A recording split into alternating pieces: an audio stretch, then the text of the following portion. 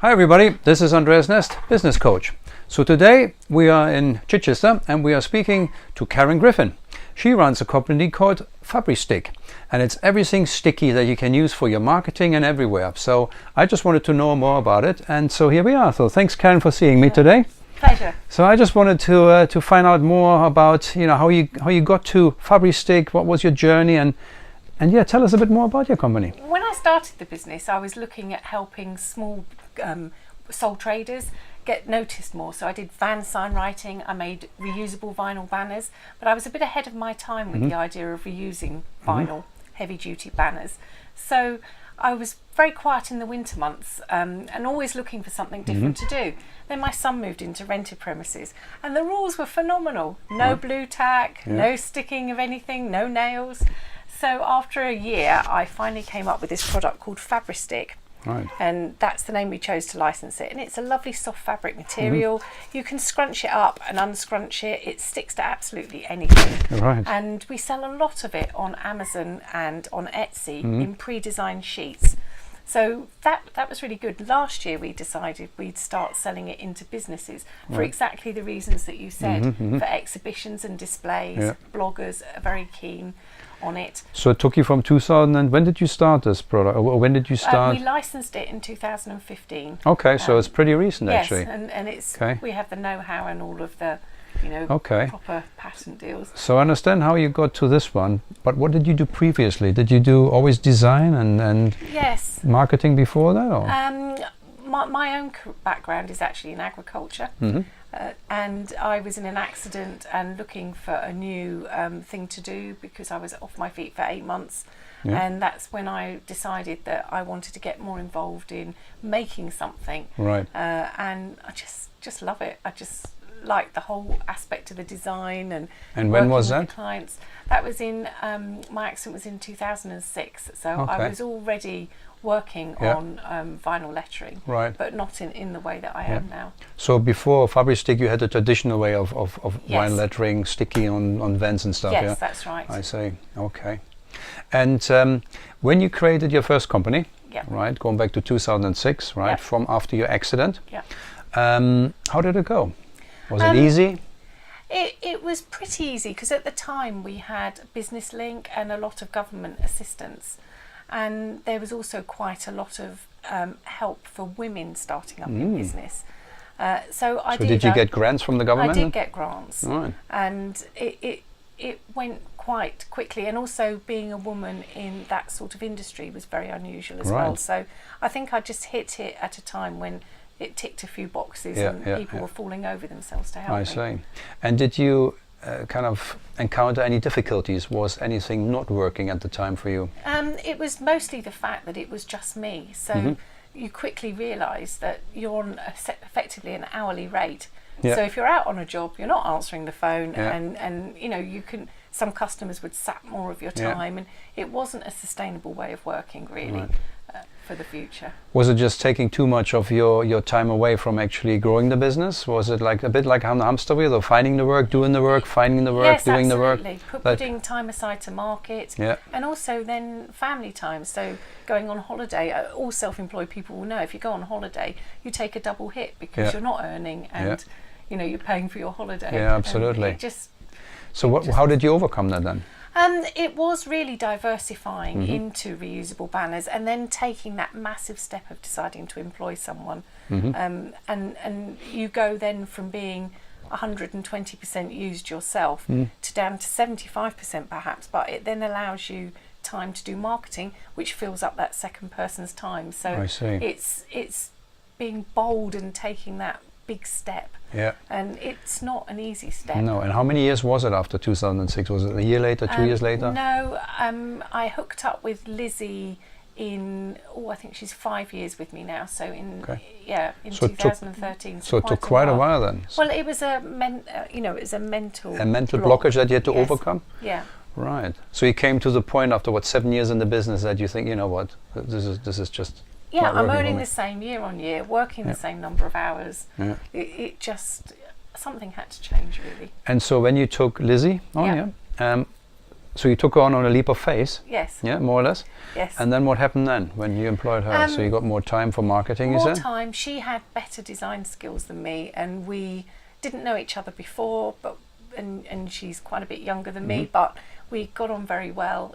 She works very flexibly. She's got a young family, and that works well for me. And then we realised that we both wanted to charge a lot for our time. So we then employed 2 people who work just in the workshop, basically, finishing and packaging. And that's actually quite a big job with the wall stickers, because they're all hand finished. Did you find any challenges with employing people? Was it difficult for you? Or there is a lot of legislation, and I think I've been caught once, and that was very, very financially difficult to get out of, as well as emotionally and confidence sapping difficult. But I do think you have to have a leap of faith, and we're able to work really flexibly. People can come and go. So looking back then to 2006, and all the time you spend then thinking, contemplating that you should hire one, would you have done it earlier in hindsight? Totally. Yeah? Yeah.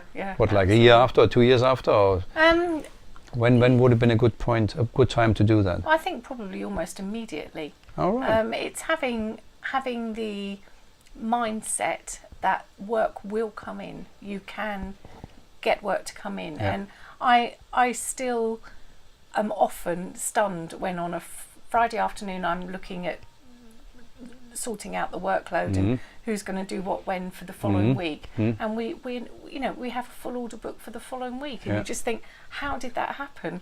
And it all comes from Amazon or from? No, the Amazon is a whole sort of separate being. Right.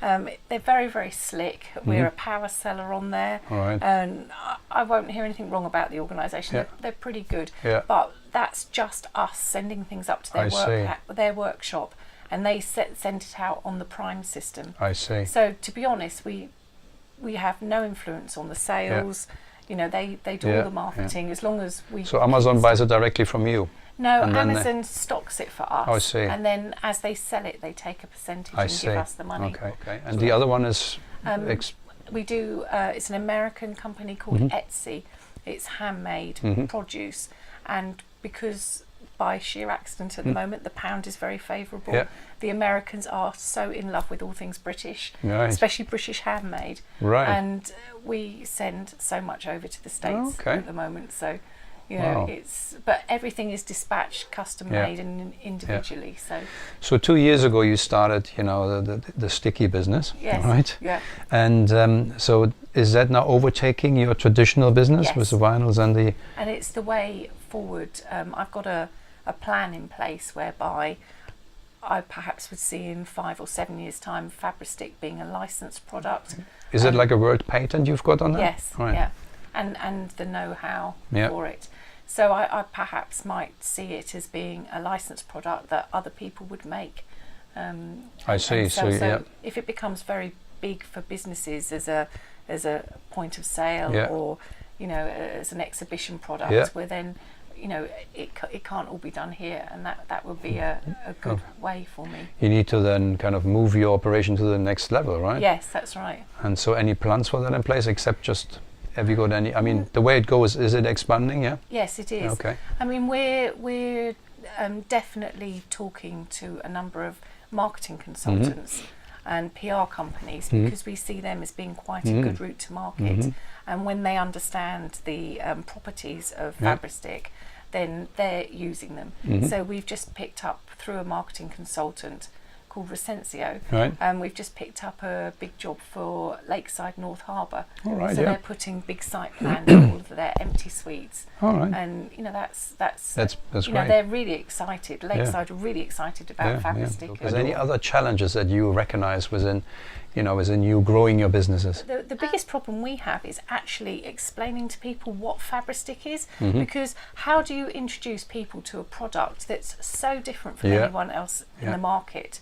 And we can tell people how other people have used it, but how would they use it? Because the uses are endless. So we've just had a marquee company who's had some, and they've stuck it in the marquee for an exhibition, and they're like, wow, it's great, it's not heavy. Yep. You know, we can stick it to the fabric of the marquee and take it straight off. And, you know, well, we hadn't thought that was a use, but they found a use, and there will be others too. So that we're using a lot of video to try and get that over to people. So you have, you know, client testimonials about how they use a product in their environment, and you use that as your marketing then. Exactly. Excellent. Because if one person asks for it, well, then there'll be other people that would use it like that. And then on the pre-designed sheets, our biggest problem is China. We have a lot of copycats. Right. And they just take your design? Yeah, they take our designs and they use them on inferior materials. And so, we're quite busy on the cease and desist thing. But, you know, you just have to allocate a day a month just to do that job. Just to keep on top of it. Make sure that you're the only one that offers FabriStick. Yeah, that's right. And they're not, you know, trying to sell a product that's not FabriStick as FabriStick, because it gives you a bad name if it doesn't work, right? Well, it's not, because it cannot ever be the same product. Because you haven't given them a license. No, precisely that. Good. Maybe in the future. But that's you know, the boring challenges really. Yeah, absolutely. So is there anything that is coming up for FabriStick that is exciting or worth, you know, mentioning to your audience? Any big things coming up for you? Well, we've got some big plans, and what I are guess those? this is a sneak peek, because it's a technology-driven thing. We've got a plan where people can send photos directly from Instagram, and we'll print them into squares, and then they can stick them in a collage system around their walls. There is an American product on the market called Mix Tiles, and I think there's one called Photo Square, but they actually make them on foam, and then you just basically stick them up with sticky back plastic onto the walls. So we're sort of like taking that idea, because it's very big in the States, and what do they use it for? For room decoration? It's for house decorations, but it could also be used in exhibitions as well. But the idea is that they're just small square photos that you can dot around in the collage system. But the technology is uploading it directly from Instagram. So we're just sort of like working on that. And we hope that it might hit the market about June time. Cool, that'd be interesting. Yes, it would be. I think not only for interiors, but also maybe even for the restaurant trade. If they've got today's special, they might send us a picture of today's special, and then 2 days later they get one that they can put on the wall, and everyone knows, you know, what today's special looks like, and take it down when it's sold out, and put the next one up. Because, you know, people buy in restaurants what they see the table next door. So what you've created is quite revolutionary then, isn't it? It's a brand new product, a brand new application for it, and you're still finding some niche or some markets that you can actually sell it to or offer it to. I'm a bit of a butterfly and a bit scattergun, and Lizzie is list driven, and she gives me for Christmas things like this. To-do lists, lovely fancy sheets, so that I'll actually make a list and stick to it. Whereas I'm like, we could try selling it to the restaurant trade, or we could try selling it to the exhibition industry. Absolutely. So your plan is to make this really big? Yes, it is. It certainly is. Very good. Very good. Okay. Well, thank you very much for your time, Karen. Much appreciated. Thank you. And for you out there, take some good advice from Karen when she said that, you know, that leap of faith to actually employ somebody to help you with your tasks, you know, could have come a lot earlier. So think about it when you are starting to grow your business. That's it for this week. Thank you very much, and I'll see you next week. Bye-bye.